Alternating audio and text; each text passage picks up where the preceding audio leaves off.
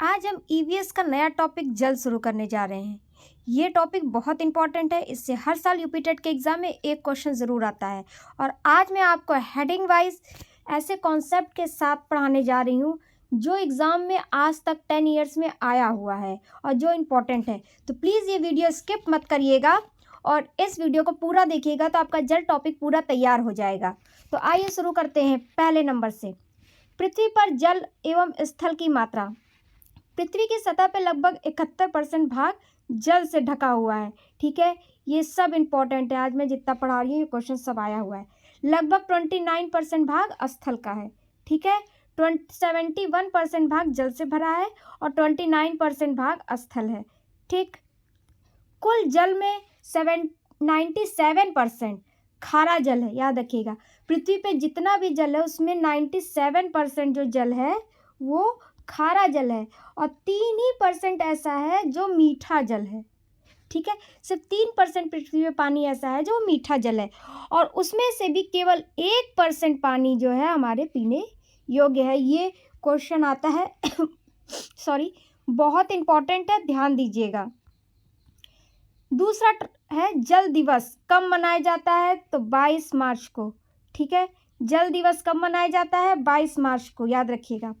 इस जल दिवस मनाने का उद्देश्य क्या है, जल संरक्षण के प्रति जागरूकता, स्वच्छ जल का महत्व समझाना। ठीक, लोगों को स्वच्छ जल का मतलब समझ में आए। अब देखते हैं सबसे अधिक वर्षा कहाँ और किस रेखा पर होती है। तो भारत और विश्व में सबसे अधिक वर्षा मानसीन राम में होती है। ठीक है, और ये मानसीन राम पृथ्वी पे कहाँ आता है, तो कर्क रेखा पे। ठीक है, और अगर ऐसे देखा जाए तो विषुवत रेखा पे, ग्लोब में जो विषुवत रेखा होती है 0 डिग्री, उस पे वर्षा सबसे अधिक होती है। ठीक, अब जल के प्रकार। जल 2 प्रकार के होते हैं, मीठा और खारा। ठीक, मीठा जल कौन सा होता है, जो नदियों और झीलों का होता है, और खारा जल कौन सा होता है, जो समुद्र का होता है। याद रखिएगा। अब मृदु और कठोर, वही खारा और मीठा जल। ठीक, तो कठोर जल क्या होता है, इसमें कैल्शियम और मैग्नीशियम लवण होते हैं। ठीक है, ये बहुत इंपॉर्टेंट है, याद रखिएगा। कठोर जल में कैल्शियम और मैग्नीशियम लवण होते हैं। साबुन में झाग नहीं बनाता है ये। ठीक है, कपड़े धोने में इस जल से बहुत कठिनाई होती है। ठीक, अब देखते हैं मृदु जल क्या होता है। साबुन में आसानी से झाग बनाता है और घरेलू उपयोग के लिए बहुत ज़्यादा उपयोगी है। ठीक, अब छठा, गर्म पानी का स्रोत। ये क्वेश्चन आया हुआ है यूपी टेट के एग्जाम में, तो प्लीज़ ध्यान दीजिएगा। गर्म पानी के प्राकृतिक स्रोत को प्राकृतिक गीज़र कहते हैं। यही आया था क्वेश्चन जिसमें ऑप्शन में ये सही लगाना था, प्राकृतिक गीज़र। गर्म पानी का प्राकृतिक स्रोत क्या है, तो प्राकृतिक गीज़र। प्राकृतिक गीज़र कैसे होता है, देखिए, पृथ्वी के अंदर की गर्मी, ठीक, से निकलता है। ये जो पृथ्वी के अंदर गर्मी होती है उससे पानी खौल जाता है और फिर ये बाहर आता है, तो इसे ही प्राकृतिक गीज़र कहते हैं। अब पीने योग्य जल, पृथ्वी पे केवल 1% ही जल पीने योग्य है। ये बहुत इंपॉर्टेंट है। ठीक, ध्यान रखिएगा। अब इंद्रधनुष के बारे में देखते हैं। इंद्रधनुष सूर्य के प्रकाश का अपवर्तन, परावर्तन और वितरण से बनता है। ठीक है, इन तीनों चीज़ों से इंद्रधनुष बनता है। ये बहुत इंपॉर्टेंट है, ध्यान दीजिएगा। अब हम 7 रंगों के बारे में देखते हैं। पहला वॉलेट, दूसरा इंडिको, ब्लू, ग्रीन, येलो, ऑरेंज और रेड। ये विग्रो याद कर लीजिएगा तो याद हो जाएगा। ठीक, अब खारे पानी का घनत्व।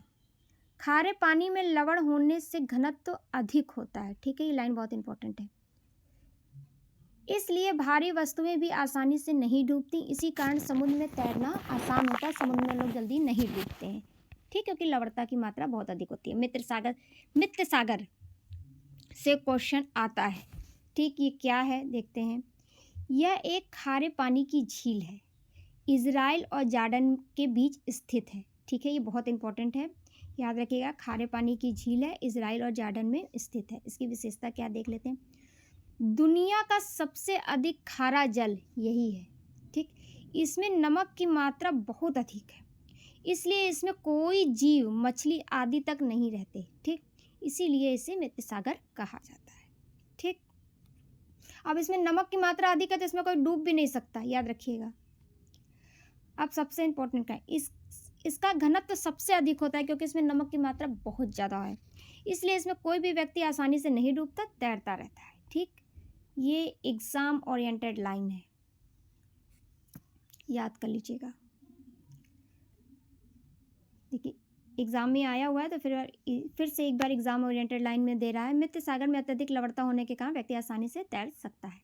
ठीक, अब बावड़ी क्या है, इससे भी क्वेश्चन आता है यूपी टेट में। सीढ़ीदार कुआं, ठीक, बावड़ी प्राचीन जल संरक्षण प्रणाली है। ये वर्षा जल संग्रहण के लिए उपयोगी होता है, ये इंपॉर्टेंट है बावड़ी, याद रखिए। देखते हैं रेगिस्तान में वर्षा, तो रेगिस्तान में वर्षा 10 से 25 सेंटीमीटर से भी कम होती है। और एग्ज़ाम में ये भी आ सकता है कि अगर 10 से भी कम हो तो भी आप टिक लगा सकते हैं कि उससे भी कम होती है रेगिस्तान में वर्षा, इसीलिए वहाँ सूखा पड़ा रहता है। जल संरक्षण के नारे आप जानते हैं, जल ही जीवन है, बूंद बूंद से सागर भरता है, पानी बचाओ जीवन बचाओ। ठीक, अम्ल वर्षा क्या है, इससे भी क्वेश्चन आता है। वर्षा के जल में सल्फर डाइऑक्साइड CO2 और नाइट्रोजन डाइऑक्साइड मिल जाते हैं तो इसे ही अम्ल वर्षा करते हैं। ठीक, वर्षा के जल में सल्फर डाइऑक्साइड और नाइट्रोजन डाइऑक्साइड मिल जाता है तो इसे ही अम्ल वर्षा कहते हैं। देखो, फसलों को नुकसान होता है, मिट्टी की उर्वरक कम हो जाती है और इमारतों के क्षरण होता है। सबसे बड़ा उदाहरण है ताजमहल का संगमरमर, अम्लीय वर्षा के कारण उसका वाइटनेस खत्म हो रही है। ठीक है, बहुत इंपॉर्टेंट है, याद रखिएगा ताजमहल, उससे भी क्वेश्चन आता है। सबसे शुद्ध जल कौन सा होता है, आसूत जल, ये बहुत इंपॉर्टेंट है।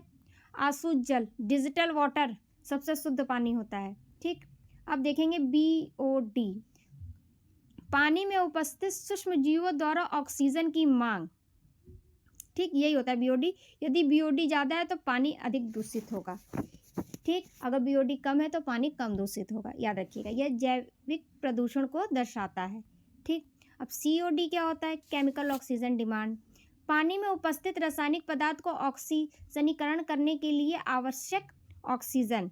COD ज़्यादा होने का मतलब क्या है, अधिक केमिकल पॉल्यूशन। BOD ज़्यादा हो तब भी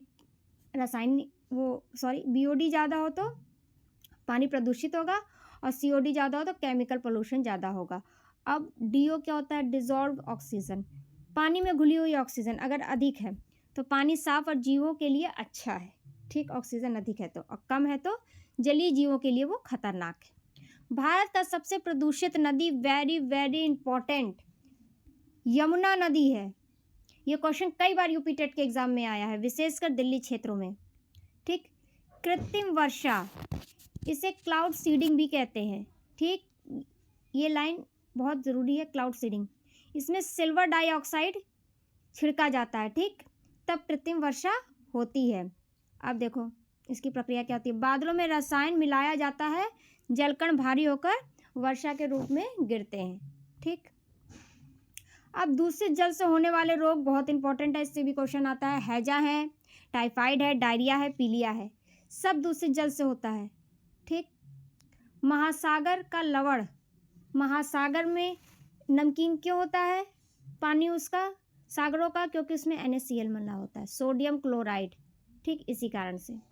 मीना माता रोग, जो कि बहुत इंपॉर्टेंट है, इससे भी यूपी टेट के एग्जाम में क्वेश्चन आता है। ठीक, पानी में पारा प्रदूषण की वजह से ये रोग होता है। ठीक, याद रखिएगा, यही पूछता है कि क्यों होता है, तो पारा प्रदूषण की वजह से, पानी में पारा की मात्रा अधिक हो जाती है।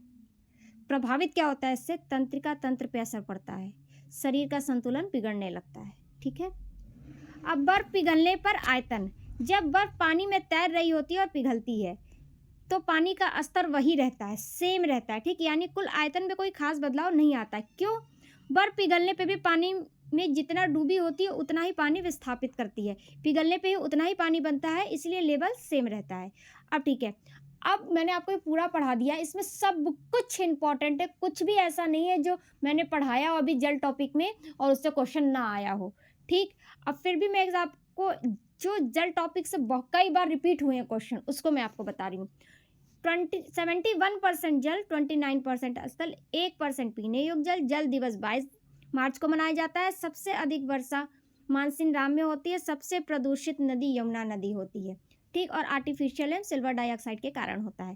ठीक, आर्टिफिशियल रेन सिल्वर डाइऑक्साइड के कारण होता है। एग्जाम में ये भी क्वेश्चन आता है, कृत्रिम वर्षा से सिल्वर डाइऑक्साइड का प्रयोग किया जाता है। यहाँ पे हमारा ये टॉपिक समाप्त होता है। प्लीज़ मैं आपके लिए बहुत मेहनत करके एक एक टॉपिक खोज के ले आती हूँ, उसके पॉइंट्स, कि कुछ भी 10 ईयर्स में ना छूटा हो जो एग्ज़ाम में आया हो। तो प्लीज़ मेरी वीडियो को लाइक करिए, चैनल को सब्सक्राइब करिए, अधिक से अधिक शेयर करिए। तो मिलते हैं आपसे नेक्स्ट वीडियो में शाम को 7 बजे इसी के 10 MCQ टाइप्स क्वेश्चंस के साथ। तब तक के लिए ज्ञान सूत्र सीटेट यूपीटेट चैनल के साथ कम समय में पक्की तैयारी। Thank you.